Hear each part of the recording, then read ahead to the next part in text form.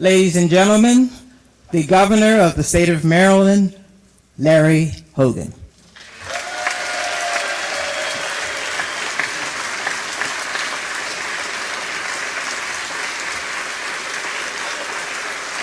Thank you.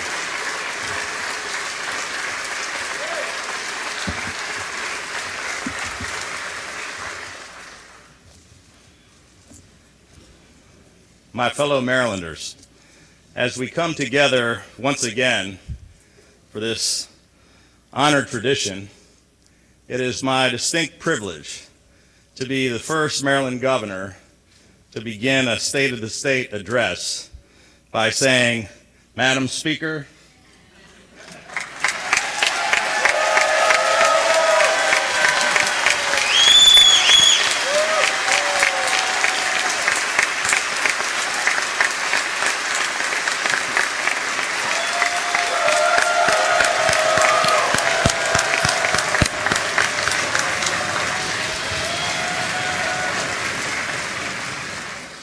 Mr. President,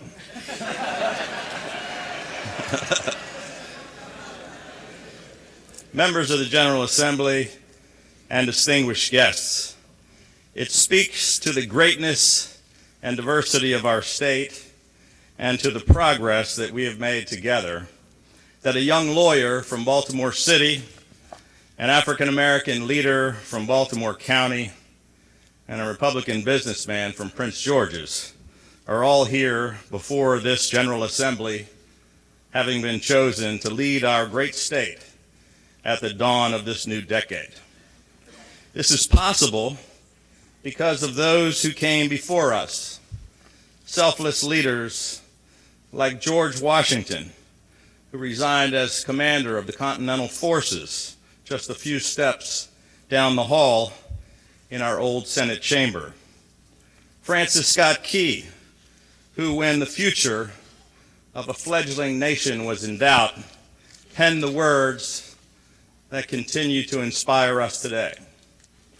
And trailblazers like Harriet Tubman and Frederick Douglass, statues of whom we will be dedicating in our House chamber next week.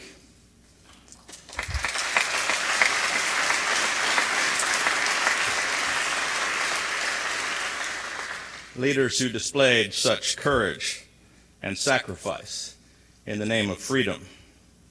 We have been fortunate to follow the example of influential leaders in our lifetime, too. Last year, we lost Speaker Mike Bush, who dedicated the greater part of his life in service to our state and who left Maryland a better place than he found it.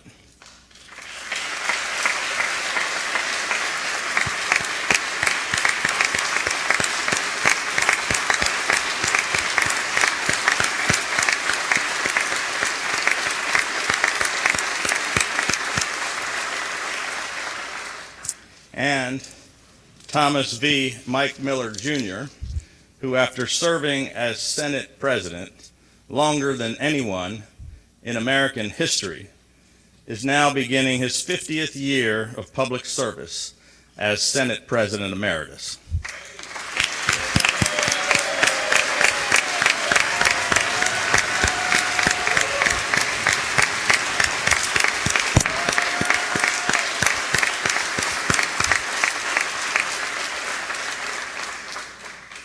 During his recent battles, Mike Miller has shown us all the true meaning of courage and determination. As we gather here once again in this historic place to take the first steps of this new decade, we do so with optimism and confidence in our collective ability to continue changing Maryland for the better. Sadly, the country that we all love is increasingly divided by toxic politics. But here in Maryland, we have spent the past 5 years working together to tackle our common problems by accepting our shared responsibility to solve them. 5 years ago, during my first inaugural address, I said that the politics that have divided our nation need not divide our state. And I asked all Marylanders to seek that middle ground where we could all stand together. And while Washington seems to be more bitterly divided than ever, here in Maryland, we have faced our challenges with civility and moderation. We have continued to put the people's priorities ahead of partisan politics, and we work together to achieve real bipartisan common sense solutions that worked for the people we serve. As a result, I am pleased to report that the state of our state has never been stronger.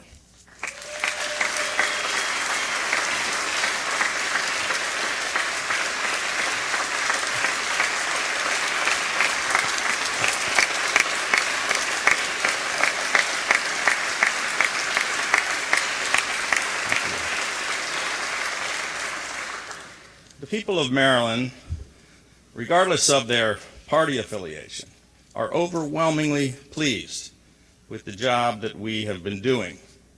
Maryland has indeed been setting a shining example for the rest of America.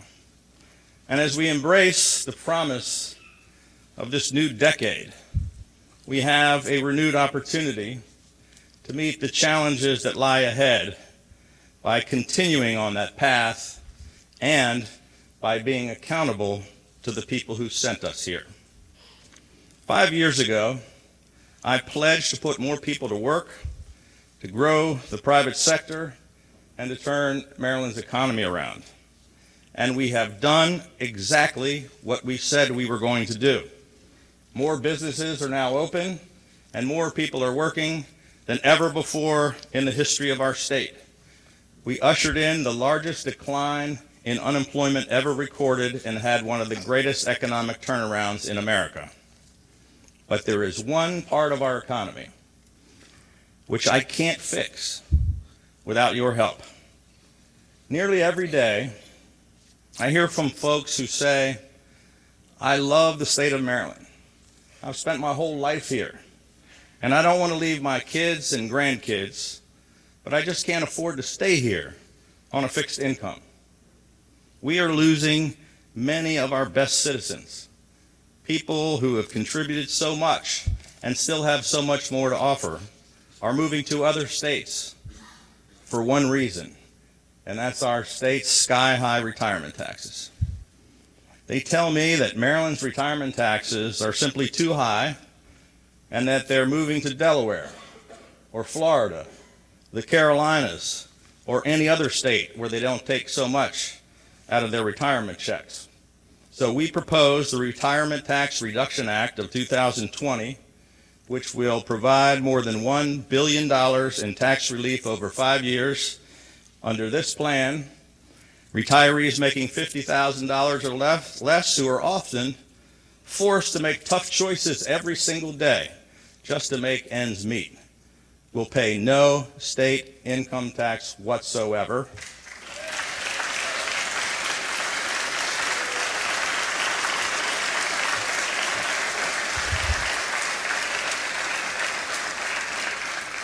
And all retirees who are earning less than $100,000 will see a tax reduction of no less than 50% and up to 100%.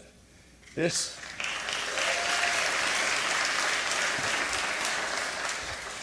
is the largest tax reduction in Maryland in more than 2 decades. It will provide tax relief for more than 230,000 Marylanders, and it will keep tens of thousands of Maryland retirees from fleeing our state.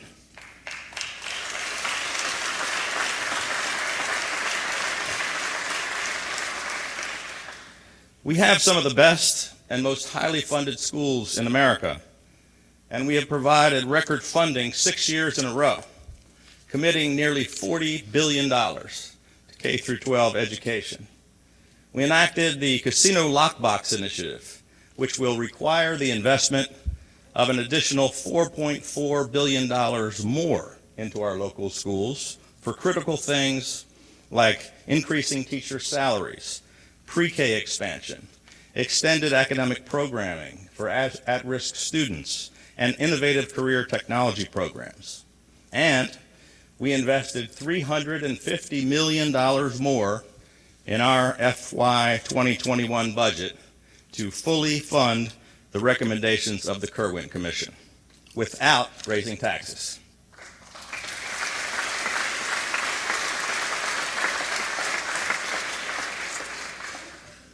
More than 75% of our entire capital budget goes to education.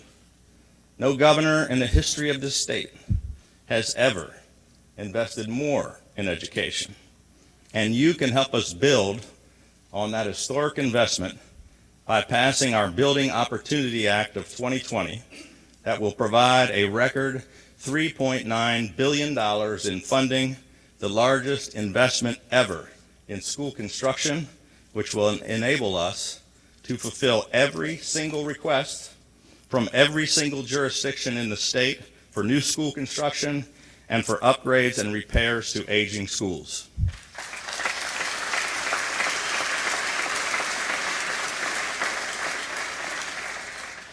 I stand here today, ready and willing to continue working alongside you to ensure that every single child in our state has access to a great education, regardless of what neighborhood they happen to grow up in.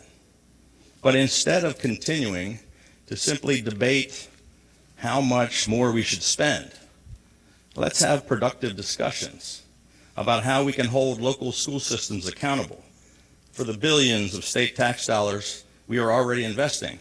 And let's make sure that those dollars are getting into the classrooms where they belong. Our bipartisan efforts should have one simple goal, and that is achieving better results for Maryland's children.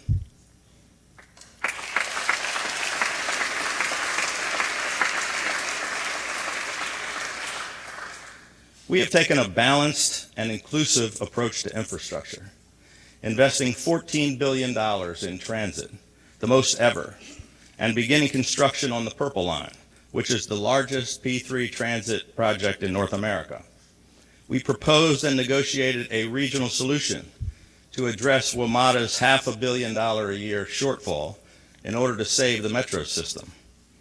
After decades of discussion, we negotiated a deal to finally move forward on the Howard Street Tunnel, which will break a major East Coast rail transport bottleneck, allowing for double-stack trains, which will dramatically increase production at the Port of Baltimore and create thousands and thousands of Maryland jobs.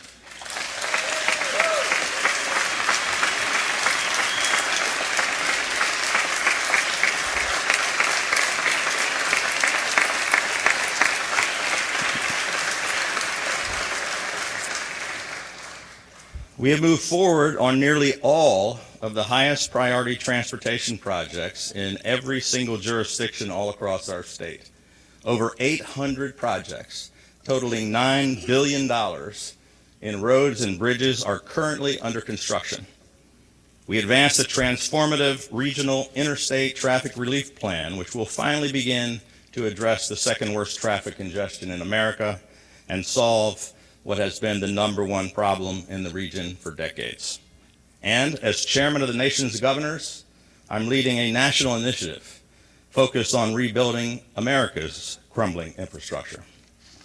We pushed for landmark legislation which cemented our position as a national and international leader in combating greenhouse gas emissions, and implemented clean air standards, which are stronger than 48 other states and nearly twice as strong as the Paris Accord recommendations.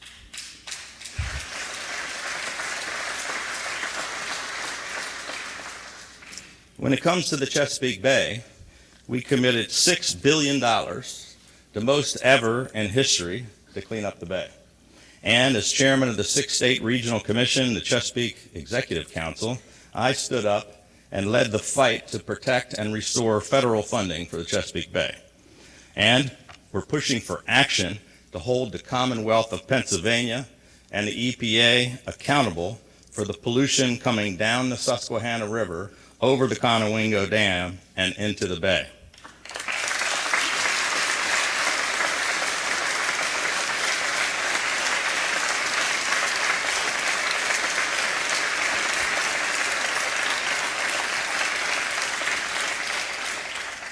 Maryland has made historic progress in bay restoration, but we cannot and should not have to go it alone.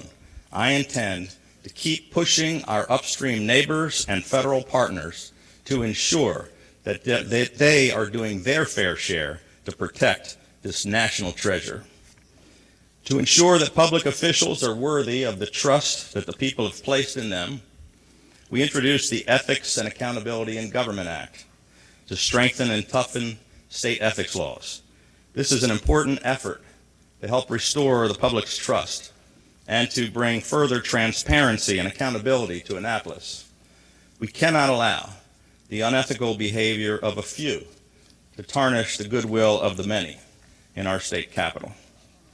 And while Maryland is leading the way and setting an example in so many ways, there is one area where we continue to be on the wrong side of history. Our state has the unfortunate distinction of having the most gerrymandered districts in America. For 5 years in a row, we have introduced nonpartisan redistricting reform, and yet year after year, this body has refused to even debate the legislation. We serve in the nation's oldest state house that once served as the first capital of the United States after the Revolutionary War. American democracy literally began right here in this very place. And yet when it comes to free and fair elections, we are failing to live up to that proud legacy. This General Assembly should not continue to ignore the overwhelming majority of our citizens. In this highly partisan time in America, you have a chance to do the right thing, to strike a win for democracy, fairness, and decency by finally, after 5 years, bringing the nonpartisan redistricting bill to the floor of this body for an up or down vote.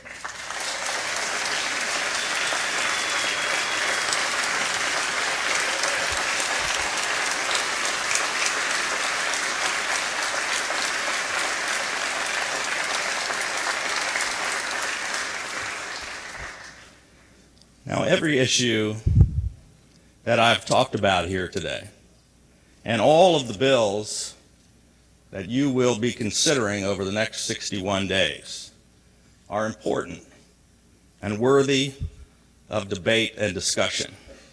But none of them are as important as addressing the out-of-control violent crime, the shootings and murders that are destroying Baltimore City. In October, a 2-year-old boy was riding in the car with his family on a Saturday morning when he was shot in the stomach. Last month, a 73-year-old grandmother was shot and killed after being caught in gang crossfire near the apartment complex where she lived. 12 people were recently shot and 5 people killed in just one night. More than 1,000 people were shot on the streets of Baltimore City last year. 348 people were killed. Another 60 people have been shot, and 23 people have been killed just in the 29 days since this legislative session began. One concerned Baltimore City resident recently said of the violence, "I don't know if prayers help, but we need prayers." Now, I'm a big believer in the power of prayer. And yes, we do need prayers, but prayers are not enough.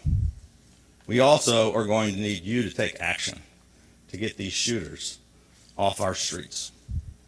if you do not consider any other legislation, and if you accomplish nothing else in the next 61 days, pass the Violent Firearm Offenders Act of 2020.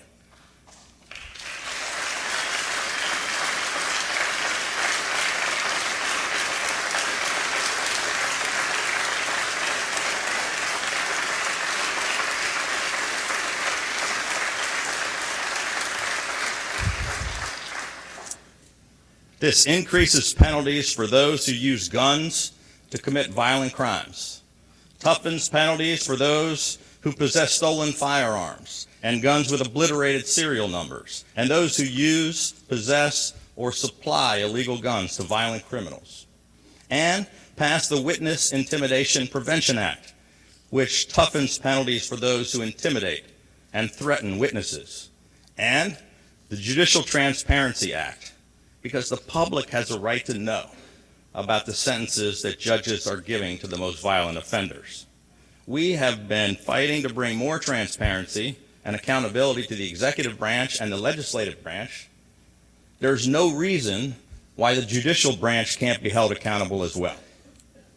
Now, people are being shot every single day in Baltimore City. This is an urgent crisis, and we have an obligation to do something about it right now. There can be no more excuses, no more delays. The time has come for Baltimore City to finally take back its streets and communities once and for all.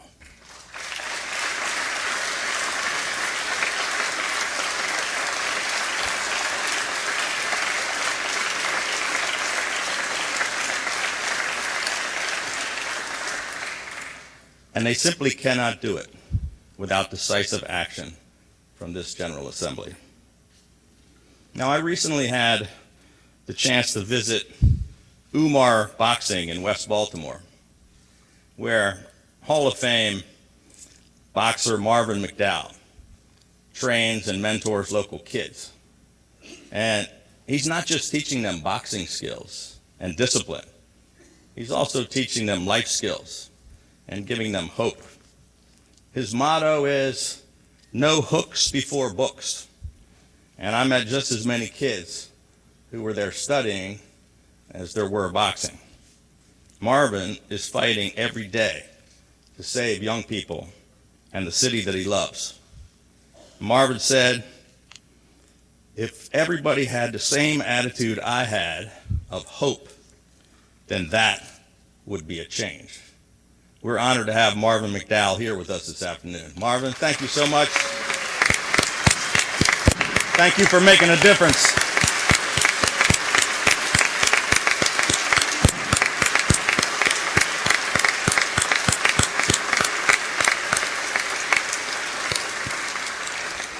Marvin, thank you for making a difference. And Marvin is absolutely right. If we could all start from a place of hope and optimism, and if we could all find the will and the determination to come together to take on even the most daunting challenges, then we can bring about change in Baltimore City, and we will continue to change Maryland for the better. Ladies and gentlemen, our nation appears hopelessly and bitterly divided. Just 30 miles down the road in Washington, both parties seem to be consumed with partisanship and dysfunction. But as I look back on all that we have been through and all the progress that we have made together here in Maryland over these last 5 years, my experiences do not burden me with dread. They fill me with hope. I believe that in spite of all that divides us in America today, there is far more that unites us. And as America searches for healing and a path forward, let them look to us. Because from the very founding of our nation, Maryland has always been guided by our commitment to fairness and justice, and by a conviction that no problem faces us that hard work, honesty, and courage cannot solve if we work together. And so today, with confidence in the inherent wisdom and good judgment of the people of Maryland and the people of our nation, I ask that you, my partners in this legislature, on both sides of the aisle, I ask you to continue forward with me on this path. Let us continue to deliver real results for the people who put their trust in us. Let us keep putting the people's priorities before partisan interests. Let's keep changing Maryland for the better and continue setting an example for the rest of the nation. Thank you. May God bless the great state of Maryland and the United States of America.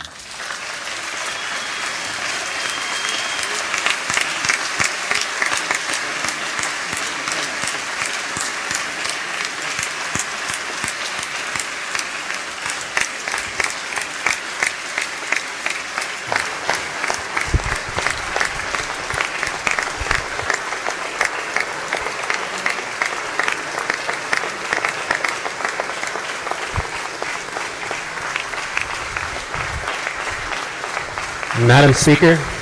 Recognizing the House Minority Leader. Thank you, Madam Speaker. I move to have the remarks of the Governor of the great state of Maryland journalized. So ordered.